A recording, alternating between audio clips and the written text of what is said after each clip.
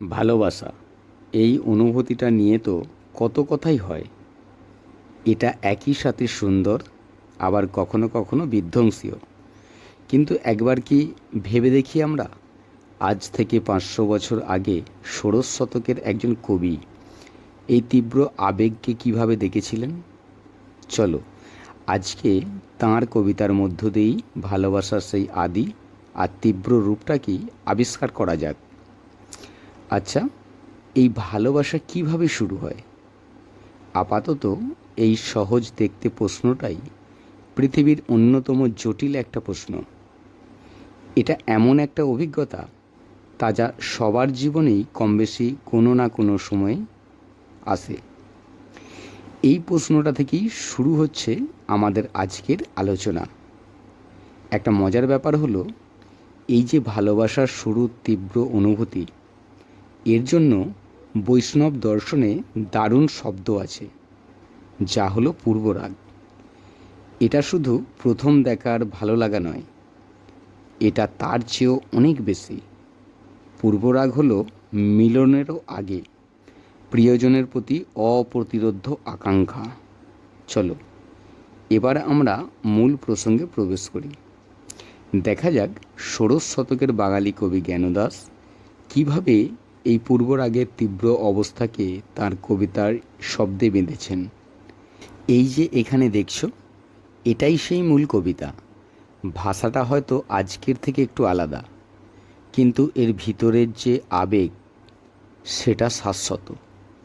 মনে হচ্ছে যেন 500 বছর আগের কোনো মানুষের হৃদয়ের ভিতরটা আমরা সরাসরি দেখতে পাচ্ছি। দেখো, কবিতার শুরুটাই কি অসাধারণ। কবি বলছেন, রূপ লাগি আঁখি জুড়ে গুণে মন ভোর। মানে সৌন্দর্য দেখে চোখ মুগ্ধ, গুণ শুনে মন অভিভূত। কিন্তু এর পরের লাইনটাই আসল, প্রতি অঙ্গ লাগি কান্দে প্রতি অঙ্গ মোর। এর মানে হলো, এই ভালোবাসা শুধু চোখে বা মনে আটকে নেই, এটা ছড়িয়ে পড়েছে সারা শরীরে।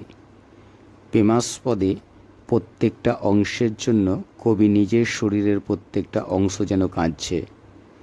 এটা একটা সম্পূর্ণ শারীরিক অনুভূতি।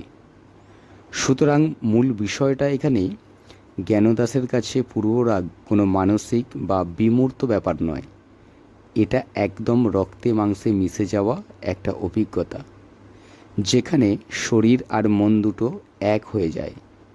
চলো এবার পরের অংশে গিয়ে দেখি এই অনুভূতিটা ঠিক কতটা তীব্র হতে পারে, কিভাবে মানুষের শরীরটা এই আবেগের ঝড়ে একটা বাহন হয়ে দাঁড়ায়। কবি এখানে কোনো রাগঢাক করছে না, এখানে তিনি শুধু বলছেন না যে তার কেমন লাগছে, বরং তিনি আমাদেরকে দেখাচ্ছেন তার শরীরের ভিতর যে তোলপাড় চলছে তার একটা জীবন্ত ছবি তিনি এখানে আঁকছেন। আর এই ছবিটা কি অসাধারণভাবে তুলে ধরছেন। পূর্বরাগের শারীরিক লক্ষণগুলো, যেমন ধরো শরীরটা কেমন যেন ছটফট করছে, অস্থির হয়ে আছে, যাকে বলছে আওলাইছে গোয়া। চোখ দিয়ে অনবরত জল, নয়নধারা মোর বাহে অনিবার। আর শুধু তার কথাই ভাবতে সারা গায়ে কাঁটা দিয়ে উঠছে, মানে পুলকে পুরোয় তনু। এমনকি নিজের অজান্তেই মুখে যে হাসি ফুটছে তার থেকে যেন মুক্ত ঝরছে। কিন্তু একটা সমস্যা তো আছেই, এই যে এত তীব্র আবেগ, এত তোলপাড়, এর সবটাই তো ঘটছে নিজের ভিতরে। বাইরের জগৎটা, বাইরের জগতের নিয়ম আর সমালোচনা ভরা। আর এখানেই তৈরি হয় আসল দ্বন্দ্বটা। এরপরই আমরা দেখব দুই জগতের লড়াইটা খুবই স্পষ্ট। একদিকে আছে ভিতরের জগৎ, যেখানে আছে মন, শরীর, সব কিছুই প্রেমাস্পদের দখলে। আর অন্যদিকে বাইরের জগৎ, এখানে সখীরা আছে, সমাজ আছে, লোকলজ্জার ভয় আছে, আর আছে কানাঘুষো সমালোচনা, যাকে কবি বলছেন ঘরে করে কানাকানি। তাহলে প্রশ্নটা দাঁড়ায়, শেষ পর্যন্ত জিতবে কে? হৃদয়ের এই তীব্র আকাঙ্ক্ষা নাকি সামাজিক কর্তব্য? এই টানাপোড়েন কিন্তু কবিতাকে একটা চরম মুহূর্তের দিকে নিয়ে যায়, যেখানে একটা সিদ্ধান্ত নিতেই হয়। আর জ্ঞানদাস তিনি এই প্রশ্নের যে উত্তরটা দিয়েছেন তার সময়ের জন্য ছিল এক কথায় বিপ্লবী। তিনি কোনো আপোসের কথা বলেননি। আর এখানেই আসে কবিতার সেই বিখ্যাত বিস্ফোরক লাইনটা, জ্ঞান কহে লাজ ঘরে ভেজাই আগুনি। সোজা কথায় জ্ঞানদাস বলছেন, সমাজের তৈরি লজ্জার ঘরে আগুন লাগিয়ে দাও। একবারে ভেবে দেখো, এটা শুধু একটা কবিতার লাইন না, এটা একটা বিদ্রোহের ঘোষণা। সামাজিক প্রথা বা লোকলজ্জা অভিনয়কে পুড়িয়ে দিয়ে নিজের হৃদয়ের সত্যকে, নিজের ভালোবাসার সত্যকে বেছে নেবার এক বিপ্লবী সিদ্ধান্ত।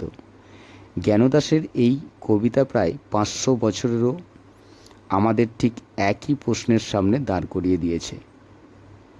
প্রশ্নটা হলো, এমন কোনো ভালোবাসা কি সত্যিই থাকতে পারে যার জন্য সমাজের সব নিয়ম, সব লজ্জাকে এক মুহূর্তে পুড়িয়ে ছাই করে দেওয়া যায়? এর উত্তরটা হয়তো আমাদের প্রত্যেকেরই নিজের নিজের।